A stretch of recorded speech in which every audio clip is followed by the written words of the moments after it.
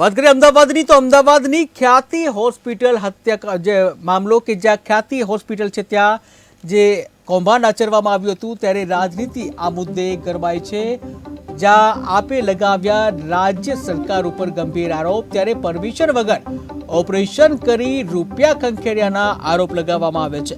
કોંગ્રેસ પ્રમુખ શક્તિસિંહ ગોહિલના ટ્વીટ કે જ્યાં ખ્યાતિ હોસ્પિટલ સરકારી કૌભાંડ મામલે પ્રખ્યાત છે તેવું જણાયું, ત્યારે જવાબદારો સામે પગલાં ભરવાની પણ માંગણી કરવામાં આવી છે કે જ્યાં કોંગ્રેસ પ્રમુખ શક્તિસિંહ ગોહિલે ટ્વીટ કર્યું છે।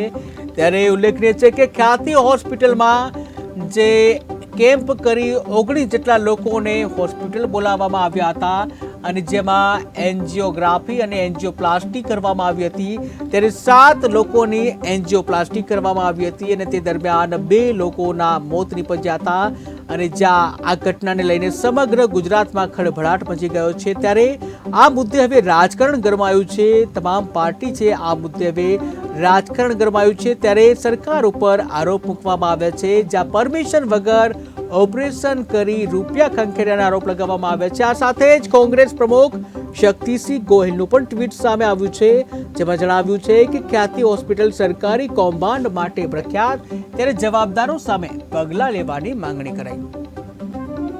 ખ્યાતિ હોસ્પિટલ ખાતે અમદાવાદના સુપ્રસિદ્ધ વિસ્તારમાં પોશ વિસ્તારમાં જે દુઃખદ ઘટના બની છે, ખરેખર સમગ્ર મેડિકલ ફિલ્ડ માટે એક શરમજનક છે અને દવાખાના છે પૈસા કમાવાનું સાધન છે એ તો સમજ્યા, પણ સાથે સાથે માનવના જીવ શા માટે લેવામાં આવે છે? આટલી બધી બેદરકારી શા માટે? આયુષ્યમાન કાર્ડનો દુરુપયોગ શા માટે? આપ જોઈ શકશો કે અહીંયા દર્દીઓની પાછળ આઈસીયુ છે, ત્યાં પોલીસનો પહેરો છે। આટલું બધું મીડિયા અહીંયા જ્યારે આવી ગયું છે અને આ વસ્તુની ગંભીરતા, જાનની કોઈ કિંમત જ નથી અને જાન સાથે ખિલવાડ વારે વારે ભોળી જનતા બધું જ ભૂલી જાય છે।